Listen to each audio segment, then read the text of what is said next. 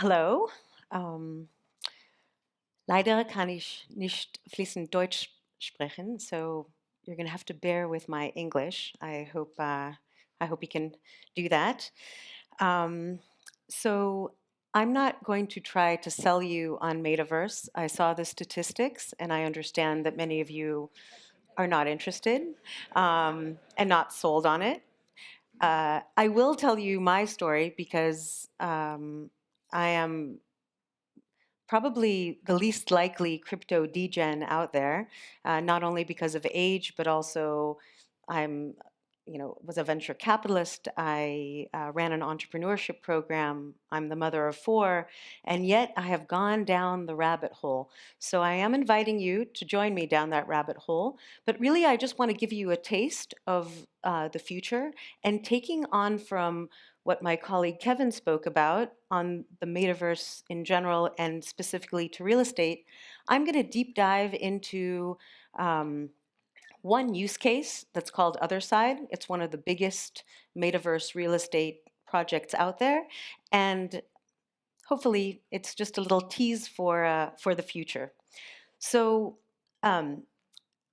The agenda for today is talking a little bit about why I'm talking about this particular use case, and that has to do with the company that I founded 5 years ago, a blockchain technology company that in the meantime has spun out to help Web 2 companies get to Web 3 or Web 3 projects launch. There's a lot of unknowns out there, and we're really excited about this opportunity.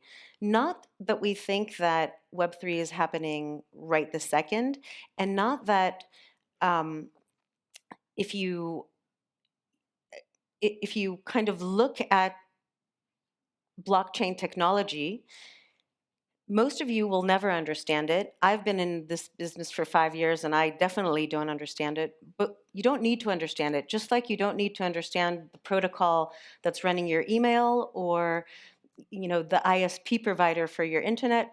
Blockchain itself will be the background. What I think is really interesting about this is actually what it has to do with governance and economics. And real estate is one place. So Web3 is a buzzword. We heard Kevin's definition of it. I think the way that I like to look at it, in addition to being immersive and certainly very relevant for gaming, it is also a platform that allows, and this is using the blockchain technology as the back end, it allows the key characteristics of being open, trustless, and permissionless. And I think for most of us, that's not very important right now because we trust our banks, we trust our real estate agents, we trust all kinds of middlemen in our life. But I think that this next layer of internet will allow us to engage with each other in a peer-to-peer fashion that is going to be very, very disruptive. So HLV, or Horizon Labs Ventures, is a spinoff of the company that I founded 5 years ago that is focusing primarily on being an advisory business and an investment firm. So we advise, we build the technology backend for our customers, and we also invest in the projects that we're interested in. And Otherside is one example. So the way that we see this working is as a flywheel. We help companies by advising them on the tokenomics, on the legal structure, on how to build the right back-end technology and front-end technology for their customers. We also then help them build the blockchain layer and connect their online experience, their Web 2 experience to Web 3. And then we also invest in projects, and you'll see that the other side is a really good example of how that worked for us. So we started out by doing deep tech. We launched our own blockchain, our own layer 1 blockchain, and we're experts in zero knowledge technology. But from there, we've spun out and had the opportunity to work with a very big project called the Bored Apes Yacht Club, which, just by a quick show of hands, anyone heard of the Bored Apes Yacht Club? Okay, good. Got something going there, like 4%.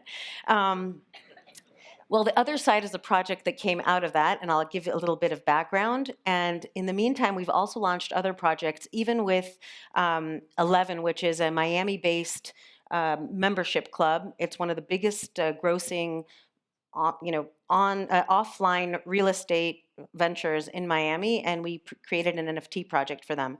So that's one of the things that we're doing. But now to step back a little bit and talk about the Bored Apes Yacht Club. What this is a kind of a combination of art, membership club, community engagement, and mostly an experiment in a new media company. It started out with four guys who took some art that is based on this ape. They rendered 10,000 digital images, non-fungible tokens, NFTs, of this art with 170 different attributes. It's a little bit like a lottery. So in the first 10,000 that were sold for about $200 each, you didn't know what you were going to get. You signed up, you paid, and you got your NFT. Now, by definition, because there's 10,000 of them with 170 attributes that are mathematically compiled into different amounts, there are some that are more rare and there are some that are less rare. And so the price is a function of that. And you can go on markets like OpenSeas and you can trade. The first, like I said, the first launch was at $200 each. Today, even in the crypto winter and the macroeconomic situation and the fact that Ethereum is down quite significantly, today you can buy one of these pictures, the floor price, so the cheapest one that you can buy will cost you $150,000 for essentially a picture of an ape. And you might wonder, why would anyone pay $150,000 for a picture of an ape? So the reason is it is a kind of a new token, a new badge of membership into a club. It's somewhat exclusive in the sense that there's only 10,000. Today, there are about 6,700 owners, so some of them own a bunch of them. And yes, the price had gone all the way up to, floor price of about 250,000, 400,000, and then is now down to about 150,000. But still today, you can buy one of these for, if it's very, very rare, for about $4 million. So yes, it's art. Yes, it's avant-garde. Yes, it's not relevant to you real estate investors. That's all good. But it's something to note that is out there. So there are many NFT projects out there. This is probably the leading one. Most of these NFT projects crashed and burned, as they will. There was a fad and a burn. But I think there is some staying power here, and you can see it by looking on Twitter on how engaged this community is in what they're doing. One of the things that the foundation that brought this on, and we created their coin, they have a native coin to run all the transactions in this community and beyond it. And one of the things that they do is incentivize the community by giving them perks. One of the perks they gave them was coin, so free money. Once they launched this ape coin, they held a large amount of it and then sold to the market another piece of it.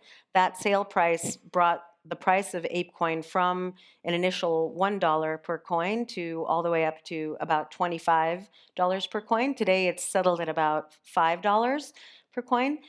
But anyone who owned an ape got 10,000 coin. So now there's a lot of people selling coin. The next project that they've done is create a metaverse, and that's what we're going to be talking about now.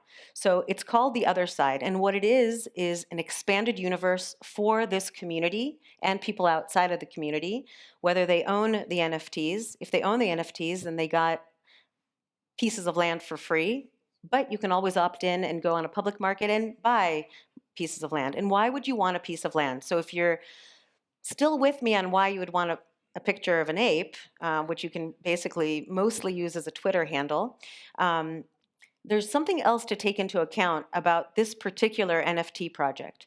So unlike other NFT projects where you buy something and you own your version of the picture, digital art, here you also own the intrinsic intellectual property of those rights, of the NFT.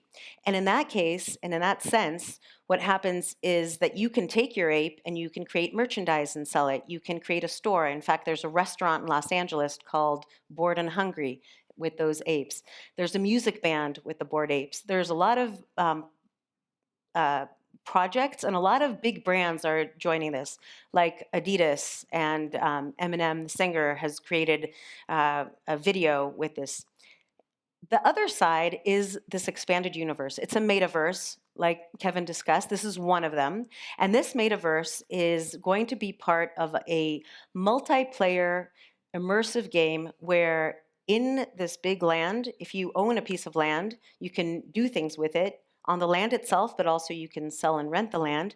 But combining pieces of land will be the playground for immersive games that are going to be changing by the developers themselves that build on this. And there's a lot of incentive mechanisms, economic incentives for people to be active in this ecosystem, whether it's developers or landowners, et cetera. This is what the metaverse looks like. It's a big, big, big map. And if you go onto their website, you can see it. And if you drill down really, really deep, you get into one of these dots, and then one of these dots becomes your deed. This deed is essentially just like a property deed for any piece of land. It's like a digital property deed that shows you some things about your piece of land. So in this piece of land, you've got details like the name of the land and where it is. You also have whether it's got certain artifacts and other items that make it special and more rare. And you also have its own rarity based on its location in that big metaverse and also different attributes that this piece of land has. So we created this for the metaverse, our technology company, and as a result, we were paid in deeds. And you might want to say, how do you pay employees when you get metaverse land? But the truth is that it is quite a sellable function. So the breakdown is that you could look at the different deeds themselves, the artifacts or the codas, the rarity. There are, for example, 9 artifacts out of the 100,000 pieces of land. Not all of them are right now being marketed, but the ones that were launched and were given to ape holders, and then sold or not, have different attributes. One of them only has 9 of them, others have others. I'm going to walk you through our holdings. For creating this, the technology back end of this, we were paid in 500 deeds. And if you look at our breakdown, we've got, of the 100,000 total, we have 500. We have some ones with special attributes, like with the codas. Codas are these little animals that show up on the land. We've got 54 out of our 500, so 10% of our holdings. We also have, out of the total artifacts, we have 86, so 17%, and we have none of the special, only 9 artifacts, which make for very, very expensive. And you'll see how that actually breaks down. In the tiers, that's actually just different places in the metaverse, and you can see how that broke down. Again, it was like a lottery. This is what we got in payment for our services. If you look at the market cap estimate, and you can see here that you can go on OpenSea and you can trade this, but if you look, and I think right now the floor price is 1.26 ETH. Ethereum is at about 1,500, so that's the floor price of what you would be able to get. If you look at our deeds, we've got deeds that either have codas, these special little animals, or don't, and you can see that there's a very big price difference between the ones with the rare attributes and the ones that aren't.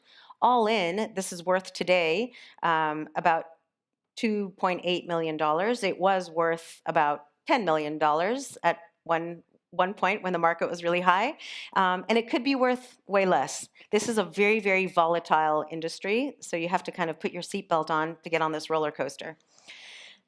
The ecosystem players involved here are either people who are in the network, like developers, like our company. There's a few other companies that are involved, and big landowners. There's also Web3 companies and virtual businesses that like to interact, so they can come on land, they can rent a piece of land, and then interact with users on this platform. And just imagine a big, big, big digital game where you can wander around, you can go to digital versions of stores, you can go to concerts, you can play in certain games that are in different parts of the land universe. So this is relevant for advertisers, for games and gaming studios. In fact, there's a big incentive for gaming studios to come in and build on this platform. The idea isn't a closed platform where there's only one game developer, but in fact, many, many, many different games and abilities to interact. There's also IRL, which is called in the real world business opportunities, the offline and online experience. You can offer something online back to your offline store. NFT galleries, and of course music, which is a really big part of what is happening here. The revenue generating opportunities, and this is for us, I'm walking you through this as the way that we're looking at it. So we own 500 pieces of land in a very, very volatile market, and we could just sell them off, or we can try to engage and earn income by either renting or leasing the land to different developers. We also this is a little bit more contentious and still requires some legislation, but we can fractionalize. So take a piece of land and either sell or rent off different parts of it so that it kind of minimizes risks and allows more people to be engaged. The biggest part of what we're excited about is play to earn opportunities. So allowing partnering with guilds and other bigger landowners to be able to use our lands in kind of a collective environment. And that is something that we're already involved with a few guilds to do. There's also very standard financing, so you can, get mortgages, all kinds of financing for your lands, or also participate in that financing from the other direction. And then there's revenue sharing. So one of the things that we're also doing is connecting with developers and our own developers to develop on our land and also different land in order to be able to revenue share any use of the land. So much like regular real estate, but out there in the metaverse. This was just a teaser to give you a little bit of drill down. I do appreciate that most of what I just said sounds like complete rocket science, and it is very, very small today. I think it's just really, really the beginning. Obviously, I'm very excited about it, but I think what I'd like you to walk away with here is that the future is coming. It's coming very soon. I think the age demographic that is really buying into this is a younger demographic. It's a demographic that's used to living in a digital reality, interacting directly without a middleman, and a generation that is definitely eager to be part of something that is immersive and engaging and gives you a sense of community. So with that, I will finish up, and thank you very much. Vielen Dank.